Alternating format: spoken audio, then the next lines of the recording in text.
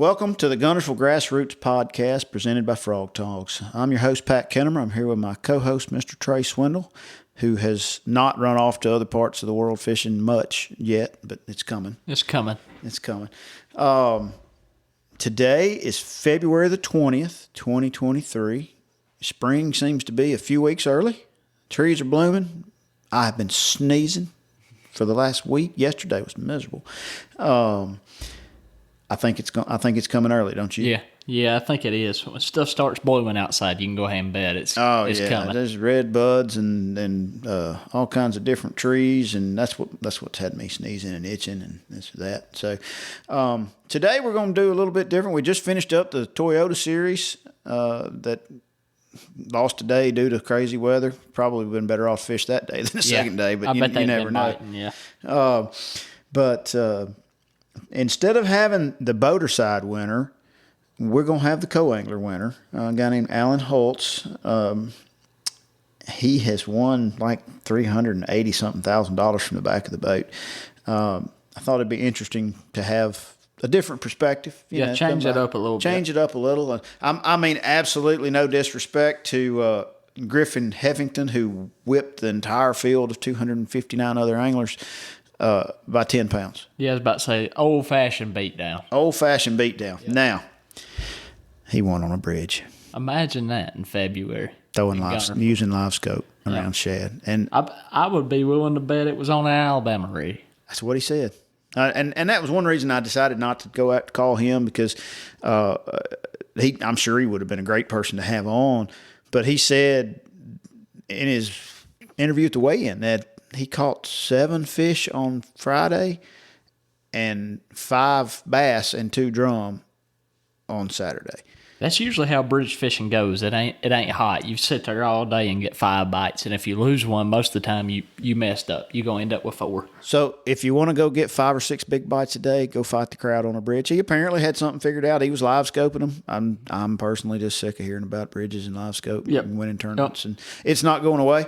Yeah, I mean, like the Bassmaster Elite Series on Okeechobee. I mean, we're at Okeechobee. And they're live scoping. Yeah, and the average depth of that place is 8 feet. And it got 1 out of 20 feet in the Kissimmee River on a jerkbait with live scope.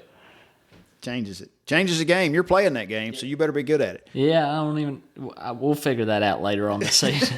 Well, you went somewhere last year. You said they were running from you on live scope. They tend to do that everywhere I go. They just run from me regardless. Yeah, well, I don't know about that. Well, you catch a fish, or you or Luke or somebody caught 1 or 2 somewhere, but that was probably on one of them little LOB jigs or whatever it is he's got. The little old Trey jig.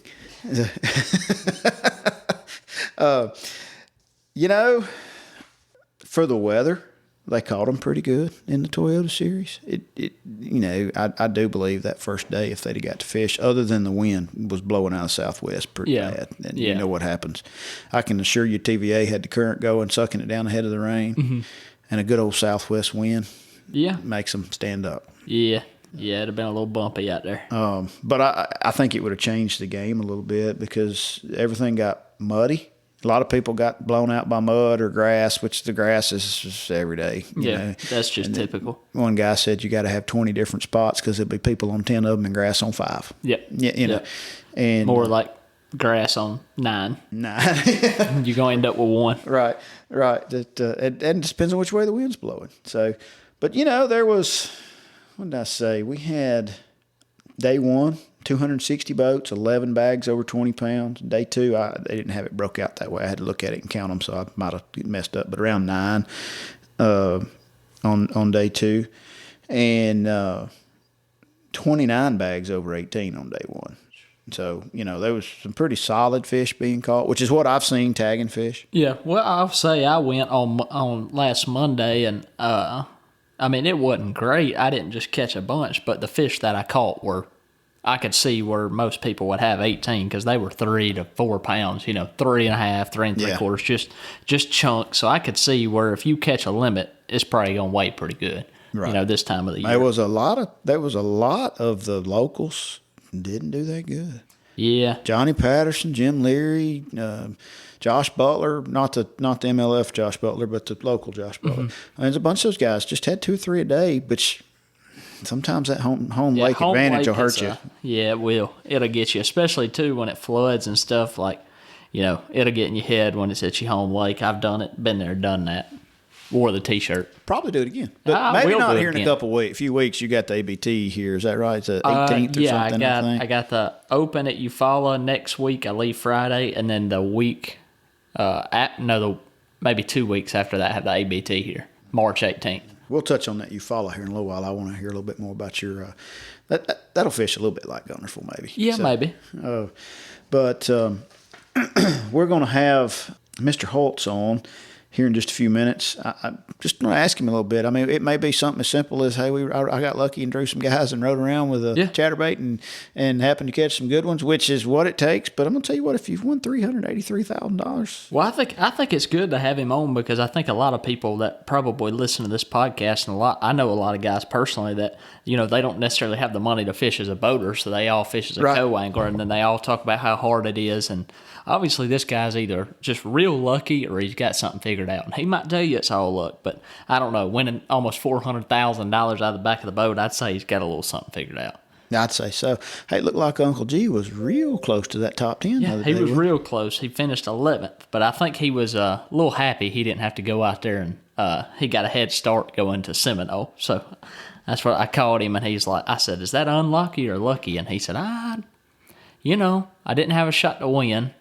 And he said, I finished as high as I could without making the cut. So I think that's a good day. I'll just go ahead. He was happy. Yeah, because he said, man, to be completely honest, I didn't have a shot to win. I might have gained 2 or 3 places. Too big a gap. But he's like, here's the thing. I'm getting older. I'm tired. Now I can take a day to rest, travel. Path. Yeah, get ahead of everybody because those 10 guys got to stay another night and then drive to Seminole and then start practice without rigging up rods. So he said, I've already got my rods rigged up. We're going to leave in the morning and rest all day tomorrow and start Sunday. So I saw on Instagram he's doing these ice baths to help recover. Have you been in that yet? I used to do them in high school, and I'm going to go ahead and tell you, if you got big enough kahunas to do it, I'm telling you. It ain't big when you get out. No, there ain't none when you get out, much less big.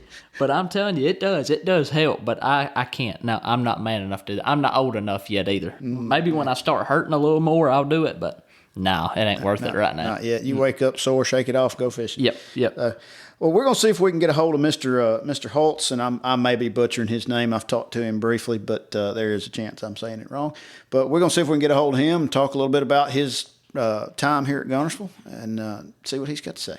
We've got Alan Hults on here with us. Alan was the co-angler winner for the Toyota Series this past weekend. Probably got a little cold. And Alan, you're from Mississippi, is that right? Yes, sir. We're right down on the coast, down in Goche. Oh, so this was real cold weather for you South people. Yeah, it was definitely. I think it was cold for everybody up there. Oh, ain't no doubt. But first off, congrats on winning. That was, you had a pretty good sized bag the second day, didn't you? 22 something or something like that? Yeah, it was 22.15 actually. It was more than what I thought I had. Well, sometimes you just take what you can get. Did you beat your boater that day? I did. It was, it's one of them deals. I'm sure y'all fished enough of them know it seemed like that. He'd get a keeper bite, and I'd catch a big one, and then he'd get another keeper bite, and I'd caught a big one. So it's just I've been on the other end of that many times too. So I think Trey had that happen to him somewhere. I've had that happen. It tends like the boater will pick the male off, and then by the time it gets to him, the co-angler catches the big one. It just seems like it just ain't your day. So. Yeah. So are you fishing the entire trail? Did you come up here just to fish this, or? No, I'm fishing all of the southern and all of the central division. Oh wow, okay. So. And Dardanelle. I'm going to Dardanelle too. So. Okay, so you have had a pretty illustrious career for a co-angler. The MLF thing shows $383,999. Now that's a unique number, but and I guess that includes the boat. You won a boat this weekend? Yep, sure did. Yes, it's been a pretty good ride so far. Yeah, no kidding. Well, tell us a little bit. Let's just start with it. Started on supposed to start on Thursday. Started on Friday. Did you practice any?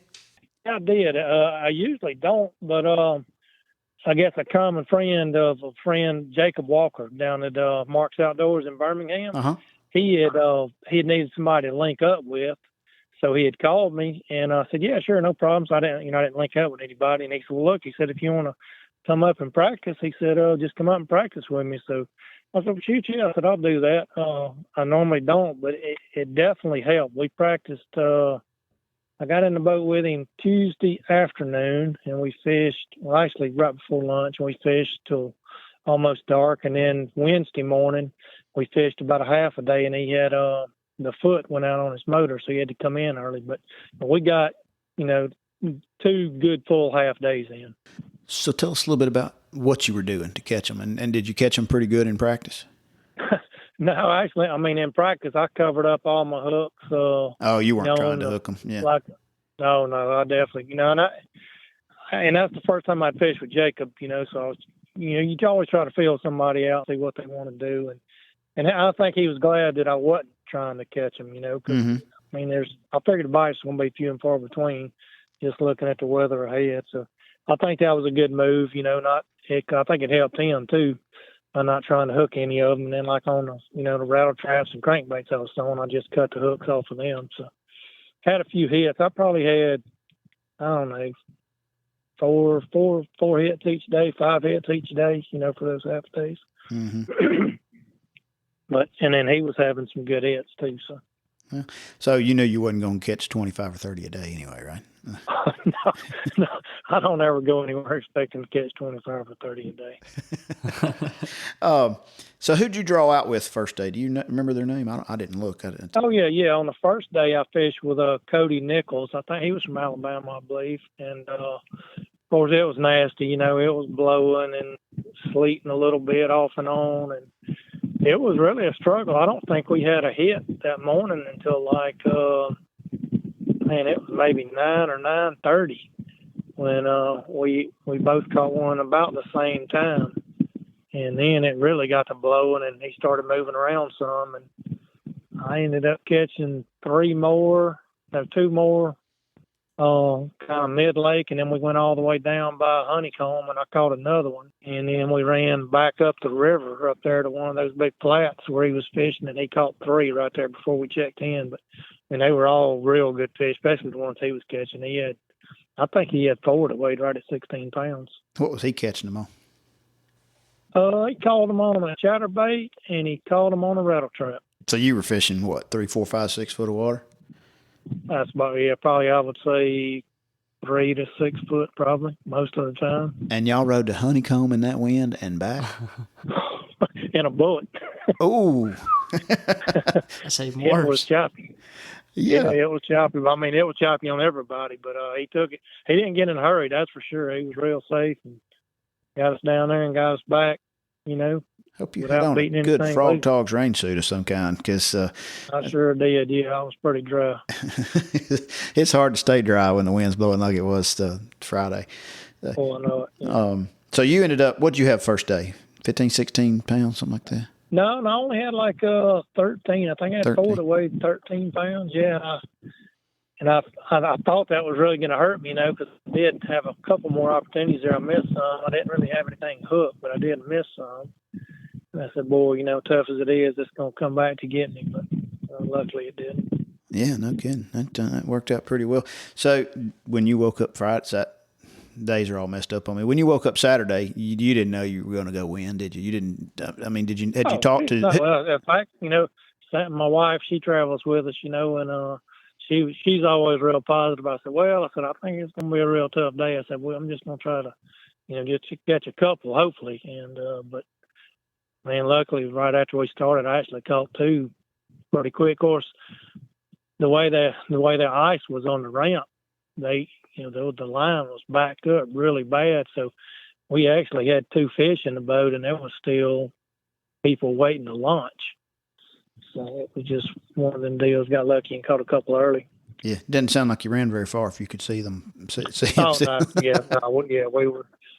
were right there around that next creek down Mink Creek. Right. Around Mink Creek. Yeah. Was it pretty crowded up that way? Was the water muddy? What did it look like? It definitely got, I tell you, from the first day where Cody and I started up the river from Goose Pond there, when we started, it was I would say stained a little bit, but it still looked really good.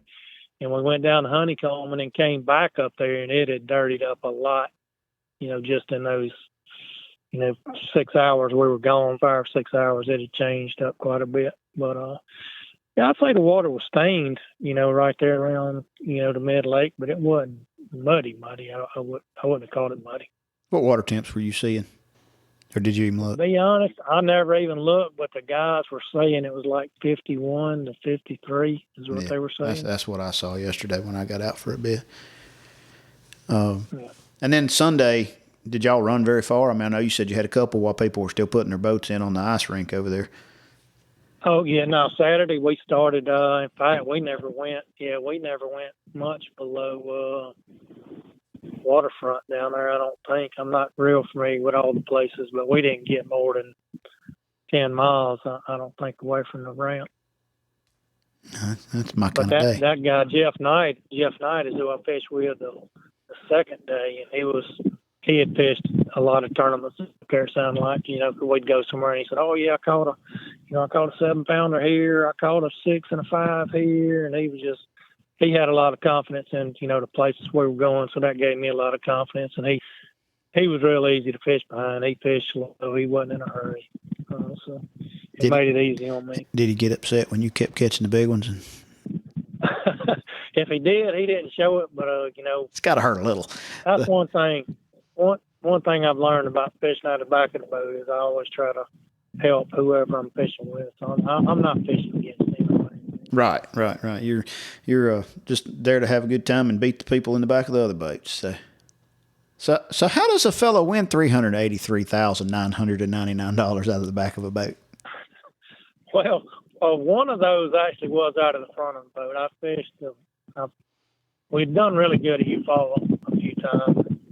We had opportunity. I had opportunity to go up there and fish out the front of the boat back in 2010 for FLW Eastern Series. So I put my money in, out of the front, just trying to get my money back, and ended up somehow winning that thing. So, wow. But I except that one turn. You've been playing the game for a minute. Oh yeah, I have. It's just being persistent. Just putting a lot of time in on the water, and I think the good Lord's blessed me with some talent, and just try to have fun doing it. Yeah, for those that are listening, we get a lot of guys that are probably fishing as co-anglers around us. If you don't care, obviously you did have one win out of the front of the boat, but you've had a lot of success out of the back of the boat. And fishing out of the back of the boat behind guys, especially pros, like the Toyota Series or the Bassmaster Opens, it's not easy. A lot of them guys really can fish. Do you care to tell the listeners and tell us, a little bit of maybe if you've got something figured out of the back, or do you just kind of do you, or do you have any secrets, to help some guys fishing out of the back of the boat? If you don't want to tell, that's okay. But oh no, it's nothing. It's nothing like a bait. It's not a secret bait or anything. But and y'all know from fishing tournaments is you can make it as easy or as hard on the guy out of the back of the boat as you want to. You can go either way with it. Mm-hmm. So that's one thing I've always done is first off I try to help them any way that I can. Mm-hmm. And once they see I'm not, throwing in front of them and, trying to fish the same thing they're fishing, or if they miss one, go up there and try to catch it. And it takes a little time, but I think once people see that you're not going to mess them up, then they'll go out of their way sometimes to help you out. And it's happened to me a lot of times, where I've been fishing, even with people sight fishing. Just be patient, and then there'll be some point during the day, and one of them will come up on a fish, it's not going to help them. It's, hey, catch this one right here. It's easy to catch, and you might pick up a 2-pounder or, pound and a half, or that ends up helping. So, for sure. Yeah. I think a lot of it's just attitude. Get back what sure. you give. Yeah, I mean, like I said, I fish the Opens as a boater, and that goes a long ways with me, too. I think, the first things first is respect. Like you said, show them you're not fishing, you're not trying to hurt them. You're not casting over them or trying to take away fish from them. And I always tell all my guys, like, I'm just upfront and honest, and I say, look, if you're nice to me, I'm nice to you. Once I get my 5, I'll do everything I can to get your you're 3. I've let fish jump over my frog and not swing so my co-angler can throw in the blowhole. But he was super nice, never cast it in front of the boat. So I think that's good advice. And also, I think the one thing that I've noticed that co-anglers do out of the back of my boat that I've seen that really, and I've tried to help them and tell them, and I think it might help them from, you saying it if you agree with me, but I think one of the mistakes I see most people make is they want to throw the same thing I'm throwing. And I mean, I'm not trying to be Kevin Van Dam here, act like I am, but I'm just saying, like, it's the chances of him biting your chatterbait behind me are really slim. If you're throwing a rattle trap behind me and I'm throwing a chatterbait, but most of my co-anglers that I have, if I'm throwing a buzzbait, they throw a buzzbait. If I sit down and tie on a crankbait, they tie on a crankbait. And I'm like, man, you need to throw something different behind them. Yeah, I agree 100%. Even like the past 2 days up there at Guntersville, there was times we were throwing the same bait, but it may be different colors. I never definitely didn't throw the same color they were throwing. Mm-hmm. So. And I think even if you are throwing the same thing, which Gunners was a little different because it's a lot of grass flats, and there's fish everywhere. So it's a little different at Guntersville than it would be, going down the bank somewhere. But at the same time, even at Guntersville, you can be throwing the same thing, but you can work it slower because you're not having to run the trolling motor or hold the boat in the wind or worry about boat control. Absolutely. So you can throw behind the boat and just slowly yo-yo a rattle trap where he's having to burn his because he's fighting waves and stuff. So I think no matter what you do is you just kind of try to be different out of the back. Sounds to me like that's kind of how you've made your career out of the back of the boat. Oh, yeah, no doubt about it. There's very, very few times that I try to imitate what the guy in the front's doing. I mean, of course, there are times when they want, one particular thing, and you just have to, buckle down and just say, well, I'm either going to bite the bullet and take my chances and throw what I'm throwing, or swap over and try to get one or two with what they're throwing. Uh-huh. Right. Hope for some leftovers. So you weighed in 9 fish. What'd you catch them on? Colors and sizes. I caught all of my fish on the chatterbait, all the ones that I weighed in. I had some hits on, a jig, and I had some hits on a rattle trap, but all the ones that I weighed in was either on a 3/8 or a ½ ounce, either a black and blue or a Bruce green pumpkin chatterbait. Like a jackhammer. Oh, yeah. I think that's the only chatterbait they make, I think. Does anybody throw anything else? Might as well fork out $20 bill.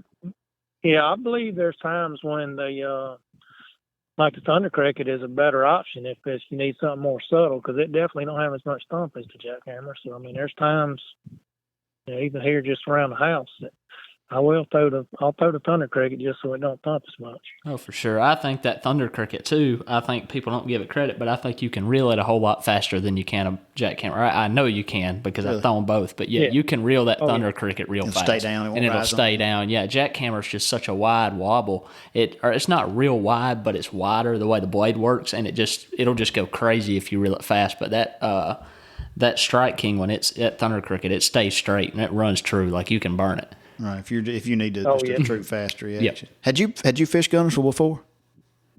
I have. I've fished probably, I don't know, maybe half a dozen times. I actually was up there last November in the championship, and I fished this same tournament last year in February. That was the 2 most recent times I've been up there. Okay, yeah. So you've seen floods and all kinds of crazy stuff. Oh yeah, yep. Well, Alan, I like it. It's a beautiful area. I guess you got a boat for sale? I do. I got a certificate for sale, that's for sure. Boat certificate for sale, and it was it for a? It was a 518 Pro with a 115. I think the Pro XS on it. That's what it's Pro XS. Oh, okay. All right. Yeah, I just ordered a Gator Tracks there about 2 months ago, so that'll help cover a pretty good chunk of that Gator Tracks. That's right. So, yeah, you probably won't have any time selling. It's a good time of year to win a boat. Everybody's wanting one. So, yeah. And I'm sure somebody's give you a low ball offer on it now. So, somebody said, "Well, you've won it. You didn't pay nothing for it. So why can't you sell it to me for $15,000? Yeah, I'll give you $15,000 for it now. You should do that. I'm your buddy. You got a bunch of them buddies, don't you? Been calling. Oh yeah. That's my favorite. I'm like, yeah. You a buddy. I don't like them buddies. Yeah, I hear you. Well, Alan, I can't thank you enough. Hopefully, your information just got something a little different. We hadn't had a co-angler on before. Thought we'd give it a shot, and it seems like you've had some pretty good success. And I wish you a whole lot of success in the rest of them. Well, fellas, I sure do appreciate it. Yes, sir. Thank you. I'll talk to you later. All right, thank you. All right. Trey, I think that was a pretty good deal there. You got a little different perspective back of the boat. Yeah, I kind of like that. Like I said, I think I'm sure, I don't know, but I'm sure we have a lot of people listening that do fish as a co-angler or interested. Even if you're fishing with your buddy in the back of the boat. Yeah, and I mean, I liked his perspective on it, and I mean, like I said, I don't fish as a co-angler, but if I was going to listen to anybody, it'd probably be the guy that's won almost $400,000 out of the back of somebody's boat. So, I think he gives some pretty good advice, and I liked it. I thought it was fun. Yeah. Oh, yeah, absolutely. I actually went fishing for almost 3 hours yesterday in between various problems that I'm trying to solve. I've got battery issues, electrical issues. All it takes is money to fix it, right? Yeah, that's all it takes. And, I mean, we were talking about that off there. All it takes is money. Yeah. Water was starting to clear up a little bit. It was windy yesterday afternoon, and I was planning on fishing till dark, and I had some trailer light issues that were 100% my fault. Uh-huh. And so I left before dark. But ran to the back of a creek, found a mud line, started clearing up, caught a half dozen fish in 30 minutes, and then went looking all over the place for some more of that and didn't find it. Never found it. But I caught them all on chatterbait. Yep. I did catch one other fish, about 3 pounds on a little square bill, only bite I had. But, things you're supposed to be throwing. And they were all pretty shallow. Water was 51, 53, like he said. And that was on the lower end. Throw a chatterbait, square bill, crankbait, rattle trap. I mean, this time at Guntersville, if you want to know how to catch them, you tie you on the chatterbait on 16-pound line and a rattle trap on 16-pound line and a square bill on 12-pound line, and you just go fishing. That's what I did. Just go to the grass and just go fishing. I was actually going to go try to find some crappie. I'm not a crappie fisherman. I don't know much about it, but I got this little live scope thing that I don't use much because I just don't, or not this time of year as much. Apparently that's the thing now. Yeah. Anyway, and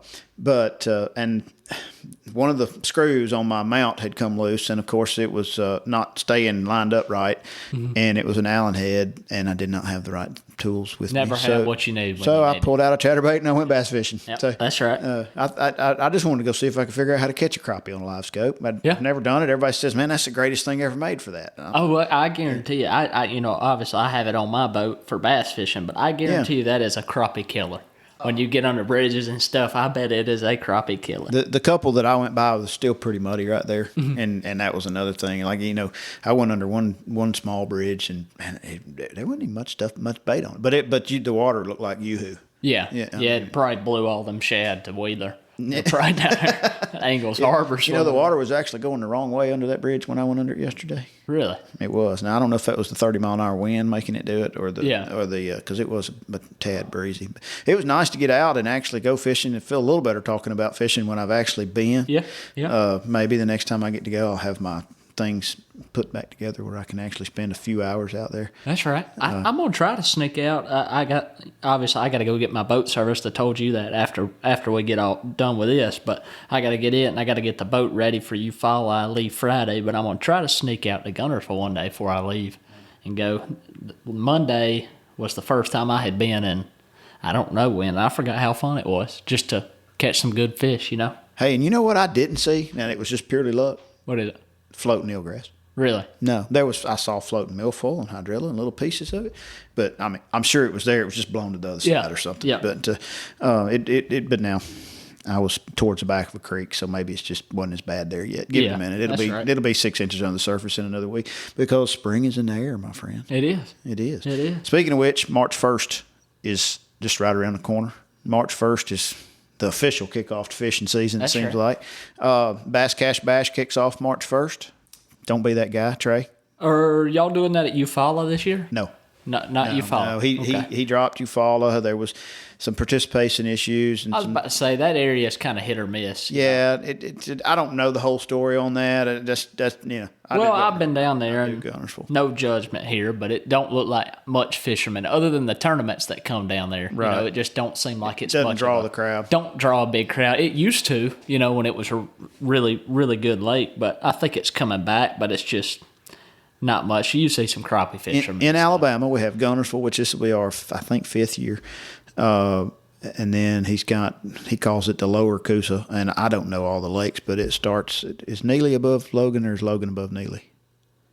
You don't know. It's Neely, Logan. No, it's Neely, Logan. Neely, Logan, Jordan, Lay, Mitchell, maybe? Does that sound right? So he treats that kind of like one big lake. He's got them spread out down there. And there's actually 2 boats at a truck down there, I think. Yeah. Now, I don't remember the video. I think he put the release videos out last night. He was in Alabama last weekend, PD was, and started down there, worked his way up, and then came to me, went to Wilson Pickwick, and then came to me. So you got the Layla, or the Coosa River stuff. You've got Pickwick and Wilson, which are treated as one lake.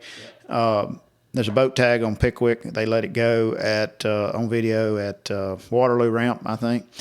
The boat tag this year was let go at the point of Pine Island. I'm talking about on the point. Yeah, on the point. On the point. And you can turn around. There's a million places for it to go. Yeah. So who knows? And then the truck tag was let go kind of out between the River Bridge and Signal Point out in front of City Harbor. And it was windy that day. Yeah. I mean, so he's probably down there around Ingalls Harbor too. So if you're looking for the truck easy tag, now. No, he done got blew down. It hadn't flooded like that. So, I mean, you know a guy that caught one. Yeah, I know. Not that far from there. I know the fella that caught one not too far from there.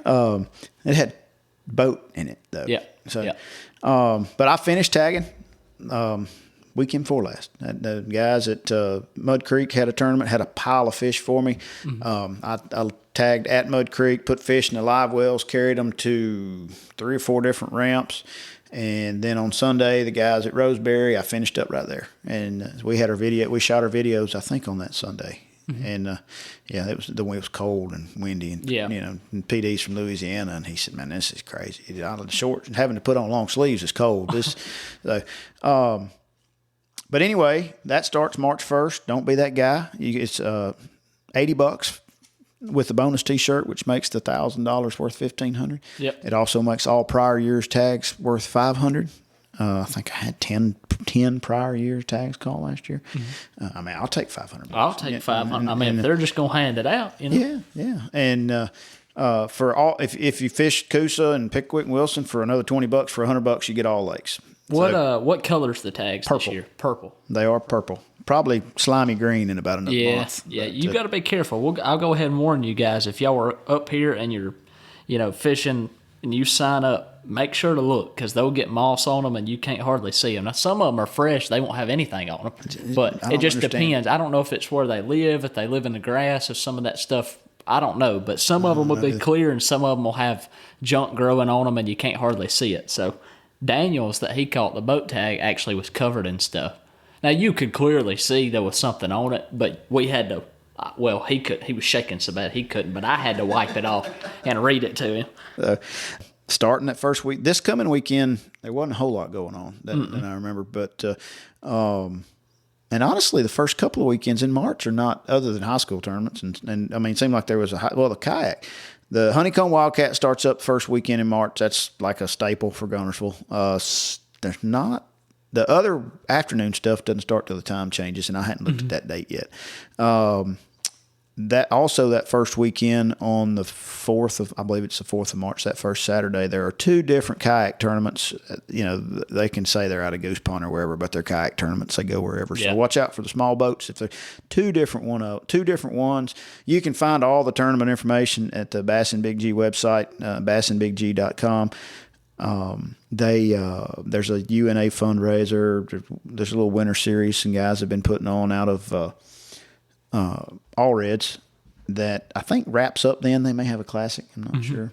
And, when you look at the results, the stuff that's been going on, you catch 20 pounds right now. And the way the conditions have been up and down, I mean, clearly the gentleman that won the Toyota Series caught 25 a day-ish, or 26 even. But, 20 pounds has been upper 19s, low 20s has pretty much been the standard. Yep. That's just because Trey hadn't been fishing. Yeah, y'all better watch out. Yeah. I'm 5 months not going on Guntersville, but here I come, coming in hot. Sometime. Well, you got the ABT. That'll be about the second weekend and second or third weekend in March? Karma's going to get me, and I'm going to lose every bass. Okay, will make it snow. Yeah, it probably will, and they'll be biting. They'll go from choking a chatterbait to biting a shad rap. I don't know. overnight. Guntersville fish eat in the snow. They really do. All fish around here eating the snow. I think it's just because they ain't seen it. I don't know. They think Santa Claus is coming. Yeah, I don't know. So, it's things are going to. You think they're going to change a lot in the next couple of weeks? You think it's going to stay the same? It's supposed to be 80 Thursday.